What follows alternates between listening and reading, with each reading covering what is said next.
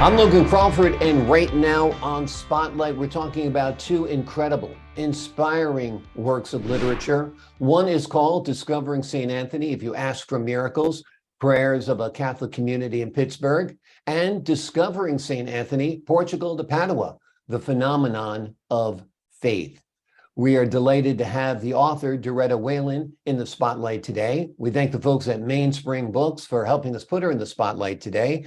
And we ask viewers like you to support writers like her by subscribing to our channel. Doretta, thank you so much for being our guest. Thank you, Logan. Pleasure is all mine. Tell us, what is the story behind your first book? Well, first of all, we're looking at the cover of the first book. I love this cover. The book received a finalist award, the Taz Award, the Author's Zone, in December of 2022. And I chose to have that seal digitized on the back cover rather than the front, not to disturb the quiet peace of that image. And I took that photograph at St. Elizabeth Ann Seton Church in my parish. Mm-hmm. The story behind the book, I have to tell you, Logan, it didn't take me very long to write my first book. It was published in June of 2020. Mm-hmm. But for the backstory, we'll rewind to the spring of 2016, when all was well with my life. I was happily married. I was enjoying teaching. I was a busy adjunct at the University of Pittsburgh. And I was a cantor in my church, St. Simon and Jude. And I had a very close relationship with my mother, who was amazingly 102 at that time. Wonderful. My oldest daughter, Sonia, had sent me a lovely spiritual book, 31 Days to Morning Glory. And that book is targeted to Catholics with the theme, Jesus Through Mary. The thrust is, it's good to imitate Mary's spirit, for she is the creature who glorifies God most perfectly.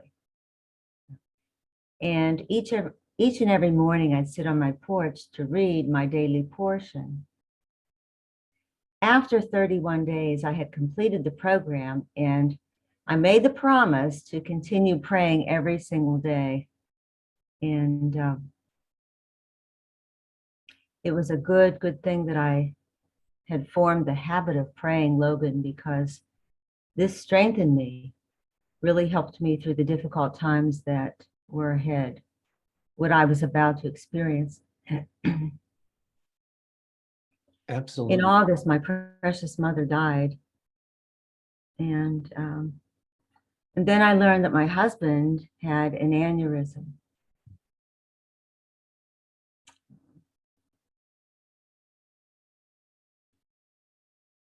Jean died on a Monday morning in October of 2017. It was unthinkable losing these two pillars of my life. Now, fast forward about 5 months to mid-February 2018. And on this particular day, there was a lot going on, rather unusual events too. I had ridden with friends to an out-of-town funeral. Besides attending the indoor service, we walked to the gravesite, to the cemetery. We spent some time there with relatives of the deceased. And then we went to the wake, which was a leisurely lunch at a restaurant near the train tracks, as I recall. We returned to Pittsburgh later in the day, just in time to catch my ride to the premiere of a documentary on Pittsburgh jazz musicians.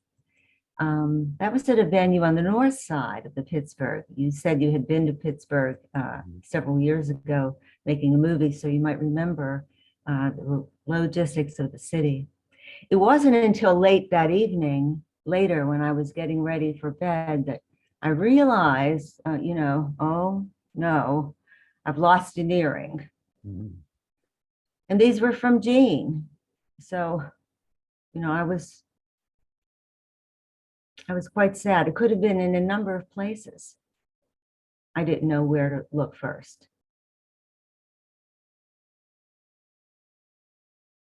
Yeah. And you feel it was intervention by St. Anthony as well. Exactly. Yeah. Tell us why you decided to write about St. Anthony. Okay.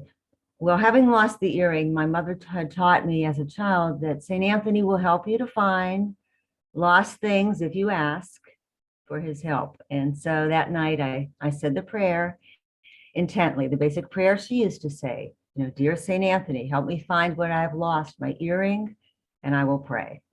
Mm-hmm.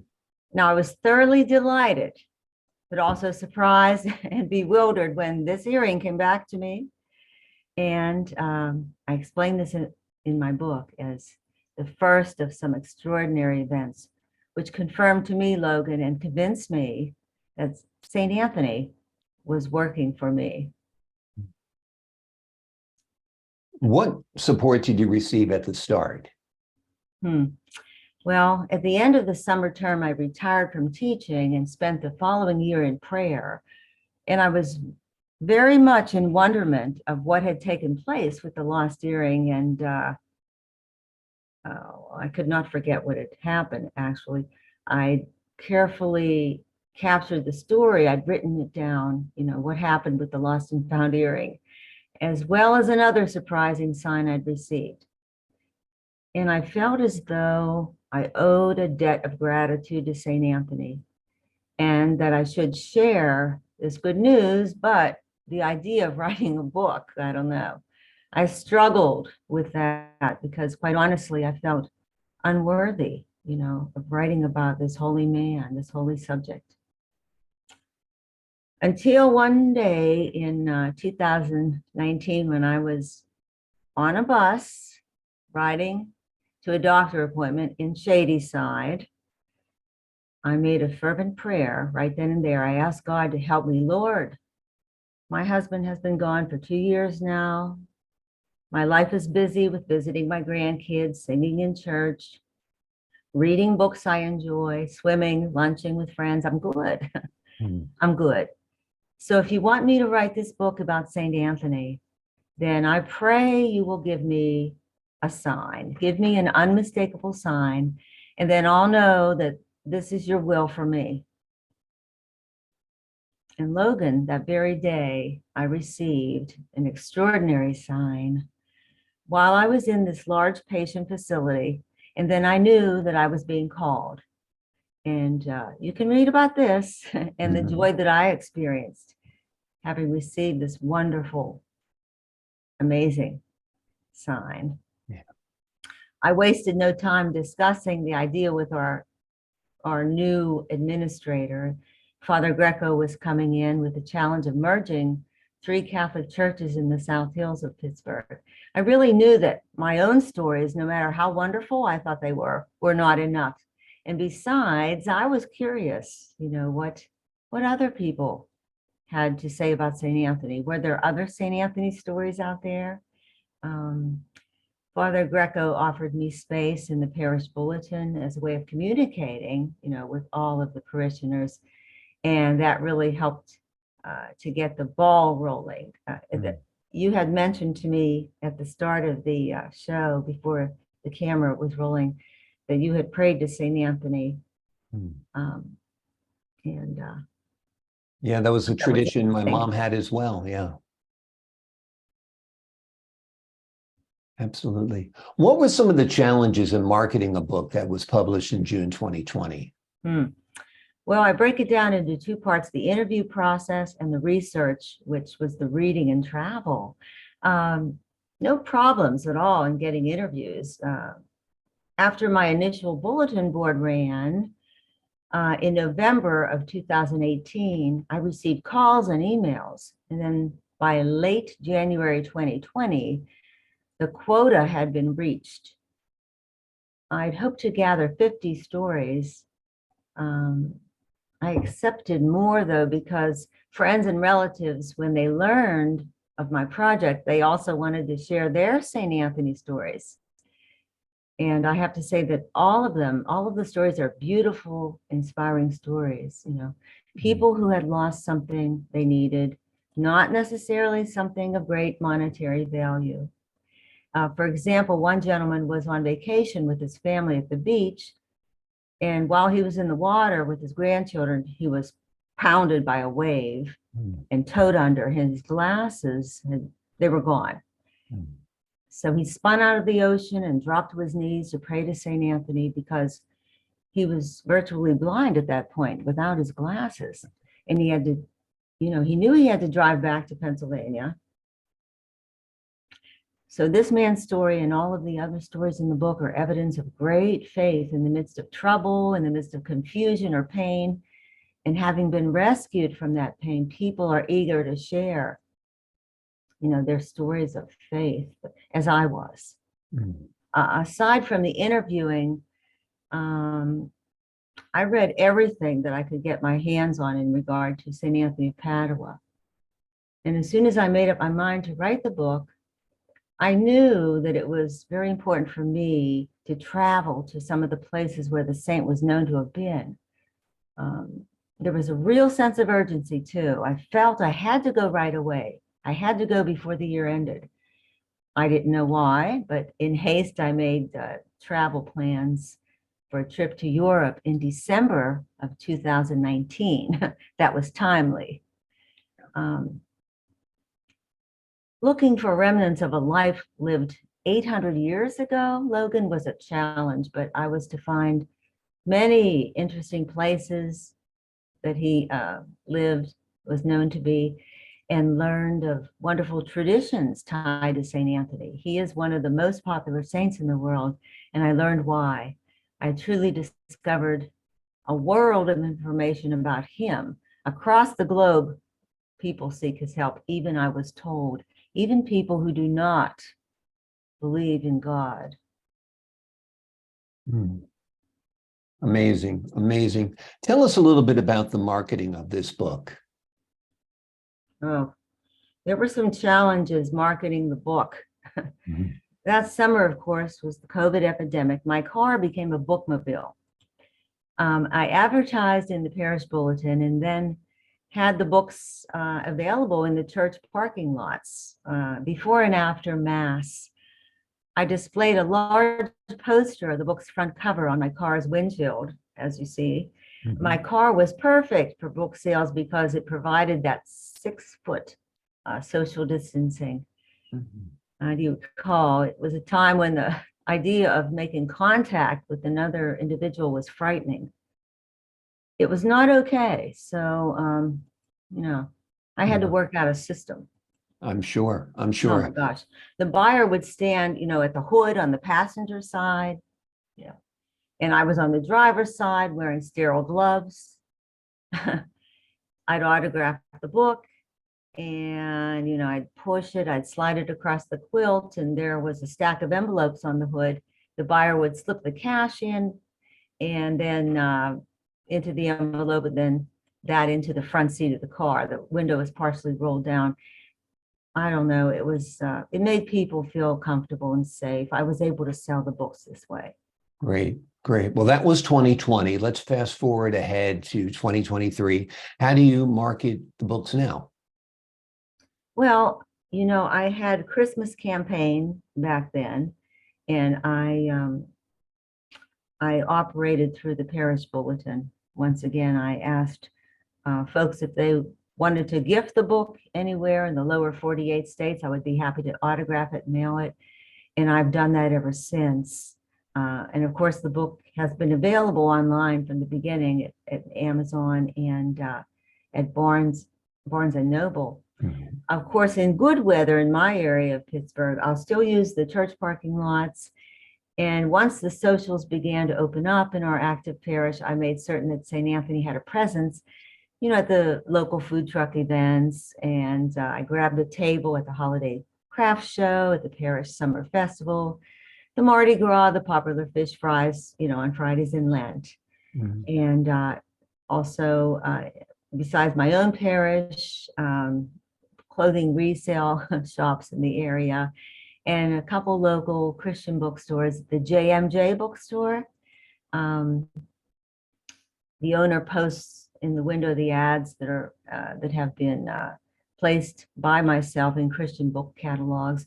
And of course, the distinguished national landmark, St. Anthony's Chapel on Troy Hill in the Burg, which is home to a precious collection of over 4,000 relics, and some including some from St. Anthony, I should say.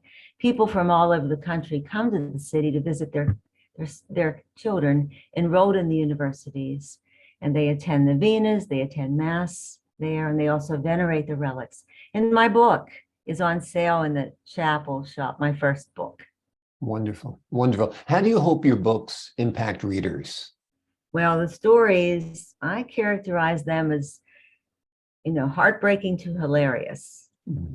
And it's my hope that, especially during this uncertain time, that the book will restore faith and hope, which many people are looking for, searching for, yearning for.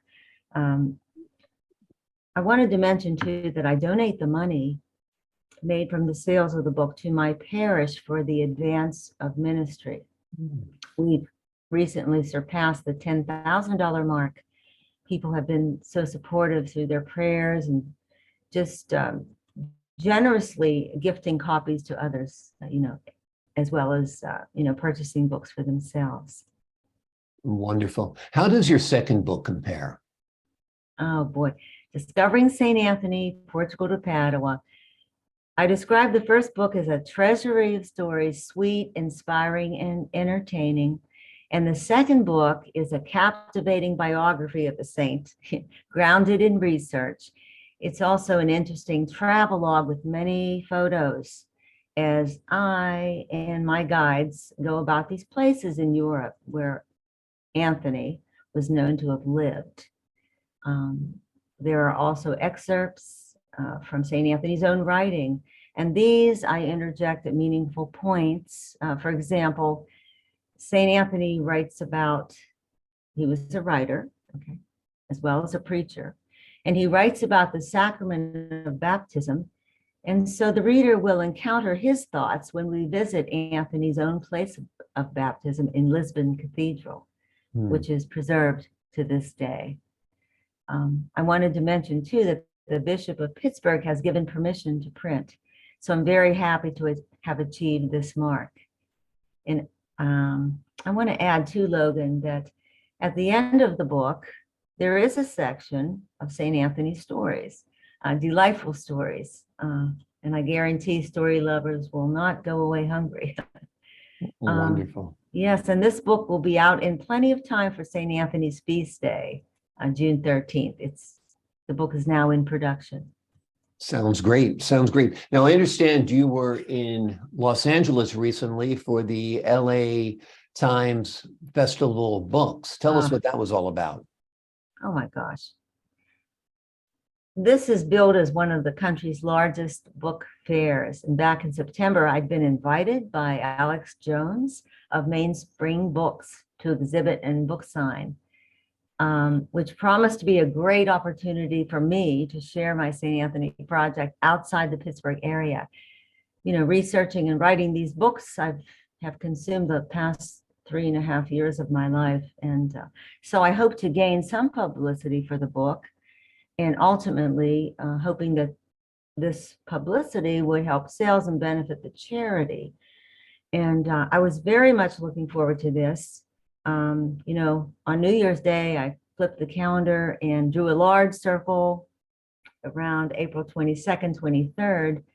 But I have to tell you what happened the last weekend of February. I experienced an eye issue, which was pretty serious, and it didn't seem as though I'd be able to get on that plane. Perhaps I would need surgery, and then a week after that, I broke a toe. Okay, so it turned out to be a real adventure, and some of my friends questioned me, was I really supposed to go to LA? Was I destined to go to LA after all? But I thank God it all worked out. 1 week before my scheduled flight to LA, the retina specialist counseled me. He said, go ahead, and gave me the nod. And I sure give thanks that I was able to go. And when I went to LA, I attended the Spanish Mass at St. Vincent de Paul on the Boulevard, and lit a candle there at Mary's Shrine inside that beautiful church. But yes, it was thrilling to introduce my first book to many people who seemed happy and excited to have it. One was a Catholic school teacher who wants to inspire and entertain her students with those stories. And I also met an author whose whole family are devotees of St. Anthony, and they lovingly embraced me and my book. And of course, there were people who had not heard of St. Anthony, and they were curious about him and his powerful intercessions. So that festival helped to introduce St. Anthony, my St. Anthony project, onto the world scene. Wonderful, wonderful. Well, the name of the books are Discovering St. Anthony, If You Ask for Miracles, Prayers of a Catholic Community in Pittsburgh, and Discovering St. Anthony, Portugal to Padua, The Phenomenon of Faith. They are both written by Doretta Whalen, and we are delighted to have her here today on Spotlight. Doretta, thank you so much for joining me. Oh, thank you. May I say one more thing in Sure. closing? If I may leave a final note, I would just like to say that I struggled with my unworthiness to write about St. Anthony, but nevertheless, I accepted the call and the challenge because it's not really about me. It's about dear St. Anthony. Well, we're glad you accepted that call and challenge because your books are wonderful. To the folks at home, I'm Logan Crawford, thanking you for your time, this time until next time on Spotlight.